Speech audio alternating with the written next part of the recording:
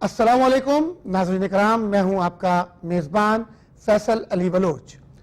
ناظرین کرام، نور سحر ساری ٹرانسمیشن کے ساتھ آپ کی خدمت میں ہم علم و آگاہی کا سیگمنٹ لے کر حاضر ہوئے ہیں۔ اس سیگمنٹ میں ہم نزول قرآن کو ڈسکس کر رہے ہیں کیونکہ یہ مہینہ رمضان کا مہینہ ہے۔ ناظرین کرام، آج ہم قرآن اور معیشت کے اوپر بات کریں گے کہ یہ معاشی نظام، یہ معیشت، یہ اکنامکس ہے کیا اور قرآن اس کے اوپر کیا بات کرتا ہے۔ تو ناظرین، یہ جو معاشی نظام ہے، ہمارا اکنامکس ہے، اس کا ہمارے معاشرے پر ایک بہت گہرا تعلق ہے۔ یہ نظام ہے کیا اور قرآن میں اس کی کیا افادیت ہے؟ میرے ساتھ موجود ہیں ڈاکٹر نسرین صاحبہ، جو کہ کسی تعارف کی محتاج نہیں۔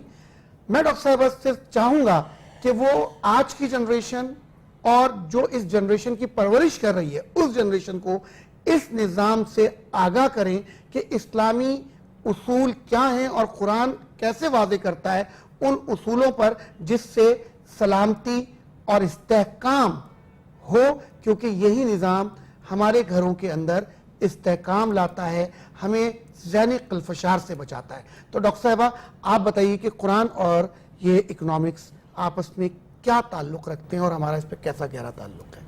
السلام علیکم آپ کو بھی اور ہمارے اس رمضان ٹرانسمیشن کو دیکھنے والے ناظرین کے لیے بھی۔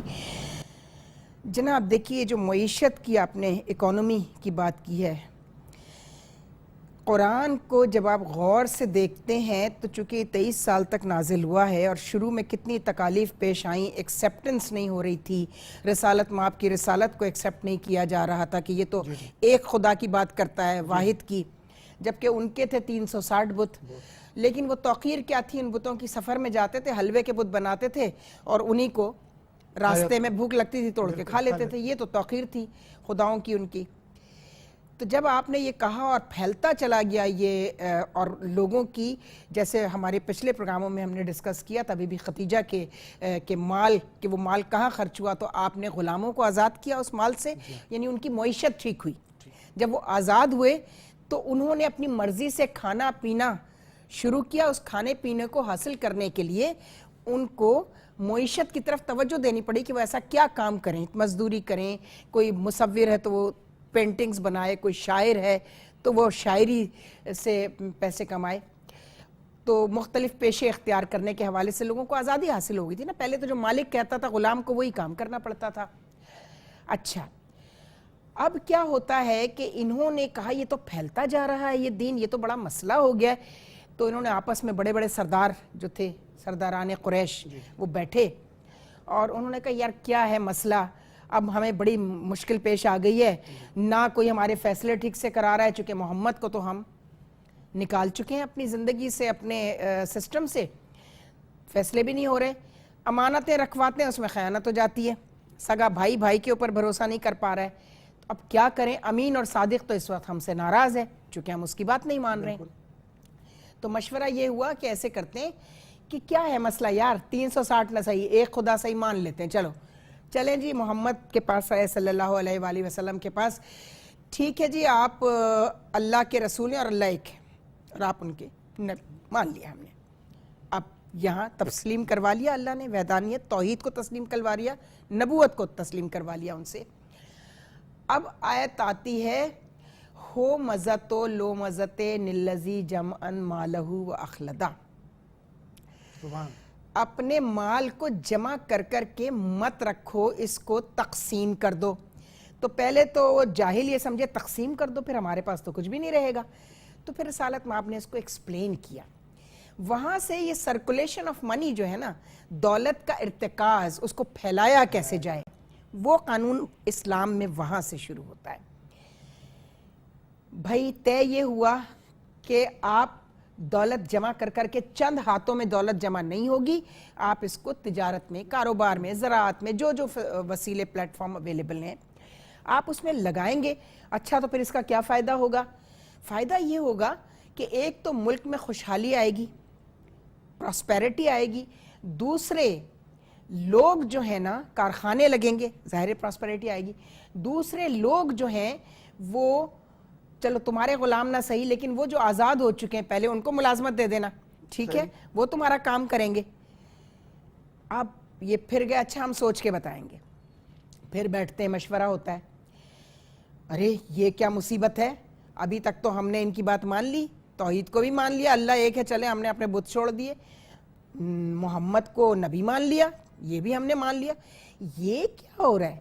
یہ تو کوئی اور مینیفیسٹو اوپر سے آ رہا ہے اور ہمیں ٹریپ کیا جا رہا ہے تاکہ ہمارے ہاتھوں سے ہماری دولت چلی جائے. محمد نے کہا نہیں بھائی, یہ تو آپ کو ماننا پڑے گا, جب وہ مانا ہے تو یہ بھی مانو, ٹھیک ہے نا. یہ نہیں ہے شیطان کی طرح کہ میں ٹھیک ہے, میں تو صرف تجھے مانتا ہوں, تجھے سجدہ کروں گا, ٹھیک ہے نا, جسے تو کہہ رہا ہے کہ اسے بھی سجدہ کر, یہ نہیں مانوں گا. یہ اسلام میں اللہ نے یہ نہیں کہا کہ میری آدھی بات مان لو اور آدھی چھوڑ دو. تو اب یہ اللہ کا کلام ہے, اللہ حکم دے رہا ہے کہ تم دولت کو پھیلاؤ, ٹھیک ہے نا. ابھی زکوٰۃ کا سسٹم نہیں آیا, ابھی زکوٰۃ کے بارے میں بات نہیں ہو رہی, نزول قرآن میں ابھی سلسلہ شروع نہیں ہوا, وہ تو پھر اور بڑی مصیبت آ جائے گی کہ ہے یہ بھی کرنا ہے. چلیں یہاں بھی اچھا, تو پھر ہمیں کیا کرنا ہوگا بھائی؟ تم اپنا تجارت جو ہے وہ اس کو فروغ دو اور اس کو پھیلاؤ, مختلف شہروں میں جاؤ, تم سفر کرتے ہو تو وہاں دیکھو. اب کیا ہوتا ہے کہ آپ کو پتہ ہے بڑا میلوں لمبا سفر ہوتا تھا, اس طرح کے ٹرانسپورٹ کے ذرائع تو تھے نہیں, تو پڑاؤ ڈلتے تھے راتوں کو اور لوٹ مار مچتی تھی, ڈاکو قزاق, سمندری قزاق لوٹ لیتے تھے آ کر. اچھا کیا ہے کہ یہودیوں کی تجارت پہلے سے موجود تھی, یہود و نصارہ کی, اور لوٹنے والے یہی تھے جن کو اب کہا جا رہا تھا, جن کو اب کہا جا رہا تھا. اب یہ بڑے پریشان کہ ہماری اصل تجارت تو ہے لوٹ مار, ٹھیک ہے, اب ہم کیا کریں؟ تو ہم اپنی لوٹی ہوئی دولت جو ہے اس کو اب کیسے سیو کریں, اس کو لگا دیں کاروبار میں, کیا کریں؟ خاموشی.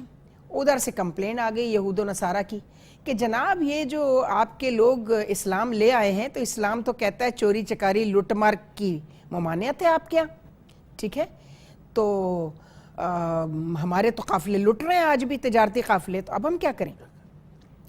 آپ نے کہا اچھا مجھے بات کرنے دو ان لوگوں سے جو لوٹ مار کرتے ہیں, کہ حضور کو تو پتہ تھا کون ہے. آپ نے ان لوگوں کو بلایا, کیوں بھائی تم لوگ قافلے لوٹتے ہو؟ انہوں نے کہا صاحب کیا کریں, ہمارے پاس ڈیزرٹ ہے, ریگستان ہے, یہاں نہ تجارت ہو سکتی ہے, نہ کھیتی باڑی ہو سکتی, کچھ بھی نہیں ہو سکتا, کیا کریں؟ تو انہوں نے کہا نہیں, ایک کام تم کر سکتے ہو, یہ جو قافلے گزرتے ہیں نا, تم ان کے سامان کی حفاظت کرو, یہ تمہیں پیسے دیں گے اس کے. واہ واہ واہ, سبحان اللہ. یہ ہے رسول کی تعلیمات, یہ اللہ کی تعلیمات یہ ہیں, ان کو بھی کام سے لگا دیا, ناجائز آمدنی کو جائز کروا دیا, ٹھیک ہے. اور ان سے کہا کہ جی آپ یہودیوں کو بلایا, کہا بات ہو گئی ہے, بے فکر رہو, لیکن ایک شرط ہے, ہر چیز فری میں نہیں ہوگی, ٹھیک ہے نا, ہر چیز کی ایک قیمت ہے. انہوں نے کہا جی ٹھیک ہے بتائیے, قیمت بتائیے. انہوں نے کہا جی تم ساری رات آرام کرو گے, یہ نہیں ہوگا کہ تمہارے 2 بندے جاگ رہے ہیں, ٹھیک ہے نا, اور باقی سو رہے ہیں, اور وہ جو جاگ رہے ہیں وہ بھی اگر ہاتھ ملا لیتے ہیں تو لوٹ مار تو پھر بھی ہوتی ہے. تو تم ایسے کرو کہ پھر تمہاری ذمہ داری ختم, آرام سے سب سو, اور تمہارا سامان چوری نہیں ہوگا, اور حفاظت کی چوکیداری جو ہے یہ کریں گے, تمہیں یہ دیں گے. کہتے ہیں اسی سے یہ جو ٹول پلازا آپ دیکھتے ہیں راہداری, یہ ٹول ٹیکس جو ہے, یہ راہداری جو ہے نا, یہ نظام بھی اسی سے جڑا ہوا, وہیں سے آیا ہے. تو آپ دیکھیں نا, اسلام نے معیشت کے کتنے پہلو آپ کے سامنے کھول کر رکھ دیے ہیں. پھر تجارت میں بے ایمانی نہیں ہوگی جی, بالکل ٹھیک ہے, چونکہ یہودیوں کو یہ بھی شکایت تھی کہ یہ لوگ تجارت کرتے ہیں تو بے ایمانی بھی کرتے ہیں ساتھ میں. تو آپ نے کہا کہ دیکھو اب جب تم اسلام لا چکے ہو نا, تو ایک چیز یاد رکھو, جب تم بے ایمانی نہیں کرو گے تمہارا مال بھی پاک صاف ہو جائے گا, اور تمہاری یہ جو قبیلوں کی آپس کی لڑائیاں ہیں, جی وہ بھی ختم, بے ایمانی کی وجہ سے یہ بھی ختم ہوں گی, پلس جو غیر مسلموں کو تم سے شکایت ہے وہ شکایت ختم ہو جائے گی, تو سب امن و آشتی سے رہیں گے. کیونکہ آج تم نے ان کا سامان لوٹا رات کو, ٹھیک ہے, اب وہ صبح بے بس ہیں, کچھ نہیں, موقع دیکھ کے حملہ کر دیتے ہیں وہ تم پہ, ٹھیک ہے نا, جب انہیں موقع ملتا ہے وہ تم پہ حملہ کر دیتے ہیں. کیوں کرتے ہیں؟ چونکہ تم ان کے ساتھ یہ کام کرتے ہو. یہ بات سمجھ میں آ گئی. تو آپ دیکھیے اسلام میں معیشت کا اور ایک دوسرے کے معاشی حقوق, کس کے فرائض ہیں اور کس کے حقوق ہیں, کتنا مربوط, ٹھیک ہے نا, کتنا انٹیکٹ سسٹم ہمیں اسلام نے دیا ہے. یہ صورتحال ہے. دیکھیے ناظرین کرام, ڈاکٹر صاحبہ ہمیں یہ سمجھا رہی ہیں کہ ایک نظام کو کس طریقے سے وضع کیا جا رہا ہے, اور کس طریقے سے عوام الناس کو برائیوں سے نکال کر اور اچھائیوں کی طرف لایا جا رہا ہے, تاکہ معاشی نظام جو ہے وہ مضبوط ہو اور معاشی نظام کے مضبوط ہونے سے جو استحکام پیدا ہو رہا ہے، لیکن لڑائی جھگڑے ختم ہو رہے ہیں، خوشحالی آ رہی ہے، ترقی ہو رہی ہے، اور یہ سب کب ہو رہا ہے؟ جب ہم اتحاد پر آ رہے ہیں، ایک جگہ پر آ رہے ہیں۔ تو یہ ایک جگہ پر اتحاد پر قائم ہو کر ایک نقطے پر جو وحدانیت کے اصولوں کے مطابق ہے کہ وہ واحد ہے اور وہی ایک جگہ سب کو اپنے شیلٹر میں لے رہا ہے، تو وہ پورے نظام کو کس انداز میں واضح کر رہا ہے۔ ٹول ٹیکس کس طرح سے بتایا گیا کہ کس طرح سے اس نظام کو آگے کی لڑیوں میں پرویا جا رہا ہے، اور کس انداز کے اندر کتنی خوبصورتی کے ساتھ جو ہے وہ پیسے کی سرکولیشن کی جا رہی ہے، ارتکاز دولت ہو رہا ہے، سرکولیشن آف منی۔ یہ بینکنگ سسٹم اس سے ترویج پایا ہے پورا۔ بالکل۔ تو یہ ایک پورا نظام جو ہے رسول خدا کس طریقے سے قرآن کے ذریعے پیش کر رہے ہیں کہ ہر آدمیوں میں خوشحالی پیدا ہو جائے، ایک معاشرہ ترقی کی طرف جائے۔ ناظرین کرام، ہمارے اس سیگمنٹ کا اب وقت ختم ہوتا ہے۔ ملتے ہیں ہم اگلے سیگمنٹ میں اپنے اس سحری نشریات نور سحر ٹرانسمیشن کے اندر، جس میں ہم بات کر رہے ہیں سیگمنٹ علم و آگاہی میں، جس میں عنوان ہم لے کر چل رہے ہیں نزول قرآن، اور آج ہم نے بات کی قرآن اور اکنامکس کے حوالے سے۔ تو بہت بہت شکریہ، السلام علیکم۔